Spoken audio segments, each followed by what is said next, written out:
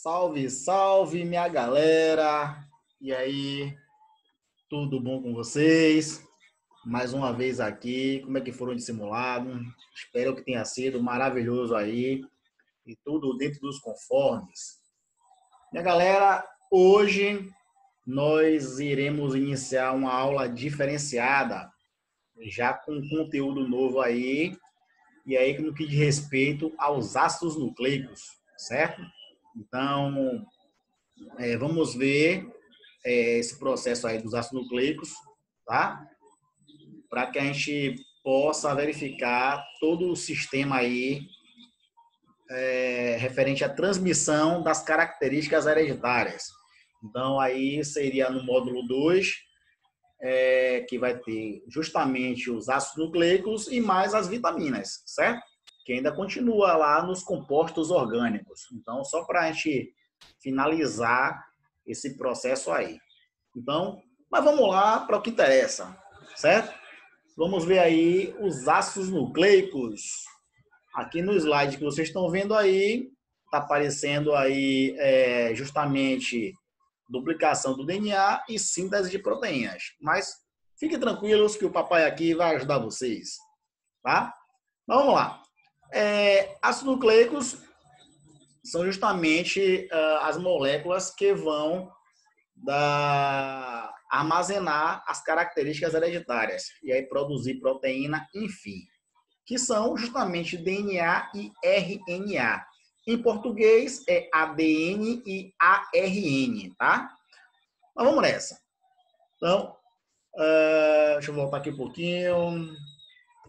Bom, então, conceito de ácidos nucleicos. Então, são macromoléculas, então são moléculas grandes, como proteínas, como carboidratos, como os lipídios, tá? Formadas por sequência de nucleotídeos. Gente, eu vou mostrar para vocês aqui o que seria essa sequência de nucleotídeo, tá? Então, um nucleotídeo, na verdade, deixa eu ver se eu coloco isso aqui para cá. Então, nós temos dois tipos de ácidos nucleicos, né? O DNA, que se chama ácido desoxirribonucleico. Então, o DNA aí, vocês já ouviram falar muitas vezes, né? Exame de paternidade, crimes, clonagem. Então, é utilizado. Então, na verdade, é a molécula que armazena nossas características hereditárias. De onde? Que nós herdamos de nossos pais, tá? E aí o RNA, que é o ácido ribonucleico, tá? E qual a composição química dos dois? Sempre vocês vão ver essa configuração aqui. Então, vocês vão ver um fósforo, tá? Uma pentose, ó. Pentose, gente, carboidrato, tá? Nós vimos lá um monossacarídeo e bases nitrogenadas, que aí vai ser diferenciada de DNA e de RNA. Mas, basicamente, os dois são formados do mesmo processo, tá? Então, grupo fosfórico, o fósforo, que vai ter essa figura aqui, que é um círculo, tá? Uma pentose, 5 lados e bases, certo? Então, Wendel, eu posso colocar isso aqui do lado de cá, isso do lado de cá? Pode. A gente vai ver a pentose sempre no meio, entre a base e o grupo fosfórico, certo? Então, vocês precisam ficar ligados nisso, tá? Beleza. Então, esses nucleotídeos são chamados de monômeros. Mono, pequeno, parte pequena. Então, são os nucleotídeos, tá? Mas vamos lá. Que seria aí... Perdão, desculpa. Então, ligação entre os ácidos nucleicos são chamadas de ligações fosfodiéster, tá? A gente não vai entrar muito nesse detalhe não, mas vamos lá. Isso aqui também a gente não vai ver agora. Deixa eu passar aqui para vocês. Vamos lá. RNA. Então, quais são as características do RNA, que é o ácido ribonucleico, tá? Então, o local de produção dele no núcleo da célula. Então, ele será responsável ali por o processo de transcrição, tá? Estrutura uma fita, ele vai ter uma fita só. É como se você pegasse um cordão só, tá? O nucleotídeo do RNA, ele vai conter lá uma ribose, tá? Ribose, que é o açúcar lá, uma pentose, ok? Que nós já vimos em carboidratos. ele vai ter as bases nitrogenadas chamadas de uracila, adenina, guanina e citosina. E aí eu já posso adiantar para vocês que adenina, guanina e citosina são iguais para o DNA, tá? E aí vai ter uma diferença que é a uracila, que lá no DNA ela será substituída por timina. Então, RNA eu tenho uracila e DNA eu vou ter timina e o grupo fosfórico. E aí eu vou ter três tipos de RNAs.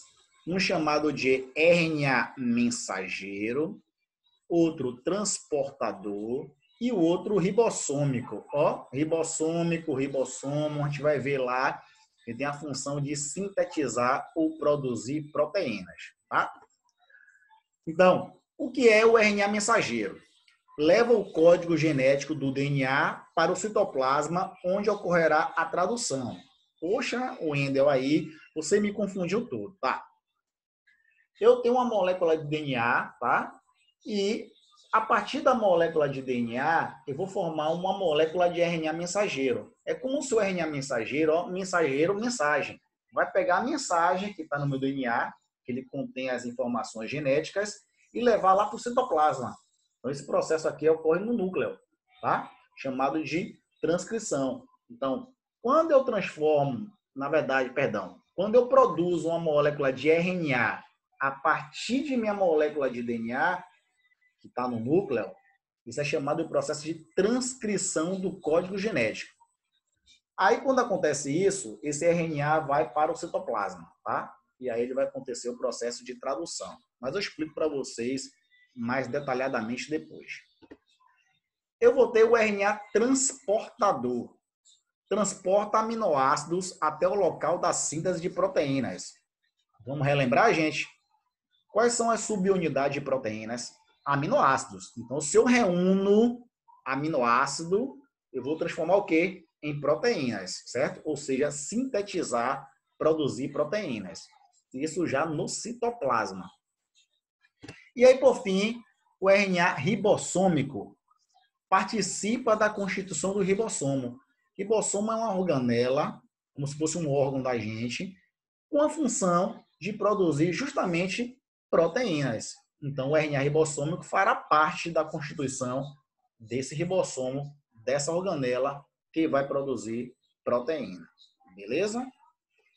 E aí tem outras características. Então, aí nós vemos aí, por exemplo, ó, RNA transportador, ó, visualmente falando, a gente consegue identificar que ele parece um trevo, ó, um trevo, certo? Então a gente verifica logo que é o RNA transportador. Então é ele que vai transportar os aminoácidos, juntar os aminoácidos para formar a proteína. O mensageiro, esse aqui, embaixo, que vai levar a mensagem do DNA. E o ribossômico fará parte da constituição do ribossomo, que é essa coisa maior aqui, ó, tá? Então eu tenho aí três tipos de RNA, ok? E aí eu tenho a estrutura do DNA.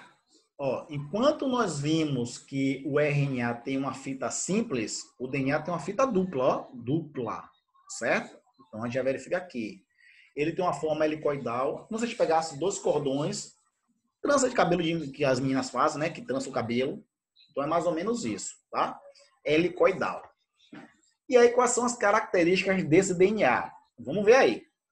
Então já tem duas fitas, então a gente já consegue diferenciar ele do RNA, tá? O nucleotídeo dele, ele vai ter uma desoxirribose. Olha só, o RNA tinha ribose como açúcar. Já o DNA vai ter uma desoxirribose. Por isso o nome ácido desoxirribonucleico. E olha lá, gente, aqui as bases nitrogenadas, ó, também são 4, tá vendo? Então, adenina, guanina e citosina. Igual a do RNA, ó, adenina, guanina e citosina. O que é que muda?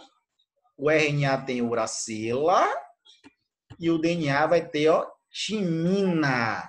Pronto. Então, eu já consigo diferenciar aí o que é DNA e RNA. O RNA tem fita simples, DNA tem fita dupla. O açúcar do RNA é ribose e do DNA é desoxirribose. E na sua base nitrogenada, o RNA vai ter uracila e no DNA vai ter timina. E ele continua aí com o fosfato, tá vendo? Tá. Beleza, Wendel. Aqui, relação das bases. O que quer dizer isso? Isso quer dizer, gente, que no DNA, como é fita dupla, a adenina sempre se ligará com a timina e vice-versa. A guanina sempre se ligará com a citosina. O que quer dizer isso? Tá. Se numa molécula de DNA eu tenho 20% de adenina, quer dizer que eu também tenho 20% de timina. Então, 20 de adenina com 20 de timina, quer dizer que eu tenho já 40 aí, né? Isso quer dizer que eu tenho o quê? O restante para guanina e citosina, né? Isso quer dizer que guanina eu vou ter 30 e citosina também vou ter 30, para completar 60. Então, 60 mais 40, eu vou ter os 100%. Vou repetir de outra forma, tá? Vamos dizer que na minha molécula de DNA eu tenho 15% de timina. Automaticamente, eu vou ter também 15% de adenina. Então, 15 mais 15, eu tenho 30. Para 100, eu tenho o quê? 70. 70 dividido por 2 de guanina e citosina, eu vou ter 35 para cada uma. Confere? Aí é questão de matemática. Então, a mesma proporção que eu tenho de adenina, eu tenho de timina. A mesma proporção que eu tenho de guanina, eu tenho de citosina e vice-versa, tá? Bom, quantidade do DNA é maior no núcleo, na forma de cromatina e cromossomo, que eu não vou entrar nesse detalhe, tá? E no citoplasma. E a gente vai ver depois que mitocôndrias e cloroplastos possuem DNA próprio, certo? Então, é isso aqui. E aqui é um quadro comparativo para nós entendermos a diferença aí entre DNA e RNA. Só repetindo aí que isso aqui é uma sigla em inglês, tá? Em português, aqui fica ARN e aqui ADN, certo? Então, vamos lá. Em relação à sua estrutura da molécula, o RNA tem fita simples, o DNA fita dupla. Nas bases, eu vou ter púricas aí, adenina e guanina. Ó, adenina e guanina também iguais, tá vendo?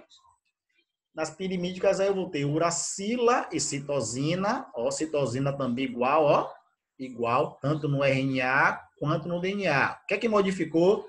No DNA eu tenho timina e no RNA eu vou ter uracila. Tá, pentose, ó. Pentose, ose, açúcar, ó. Pentose, açúcar. Qual é o açúcar do RNA? Ribose, monossacarídeo. Já do DNA, desoxirribose. Função na célula do RNA, síntese de proteínas, através do RNA mensageiro e transportador. E a formação do RNA ribossômico, tá? Já o do DNA, qual a função dele na célula? Armazenamento e transmissão da informação genética. Então, se vocês analisarem esse quadro aí, fica tudo tranquilo. Como vocês falam aí, suave na nave, tá? Então é bem simples. Foque nesse quadro aí, verifique direitinho essa questão da comparação entre estrutura molecular, as bases nitrogenadas, a sua pentose e sua função na célula, que fica tudo ok. Beleza, gente? Então aí ficou aí os ácidos nucleicos, tá? Então espero que a aula tenha sido muito proveitosa para vocês, que vocês possam ter compreendido. Isso aí está no capítulo 6 do módulo 2, não esqueçam, tá? E eu estarei passando uma atividade para vocês logo mais. Beijo no coração para vocês aí e até a próxima. Tchau, tchau.